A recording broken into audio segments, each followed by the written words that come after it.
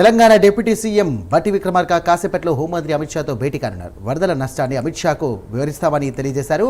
ఇక తెలంగాణలో సంభవించినటువంటి వరదలపై కేంద్రాన్ని సాయం కోరుతామని తెలియజేశారు బట్టి.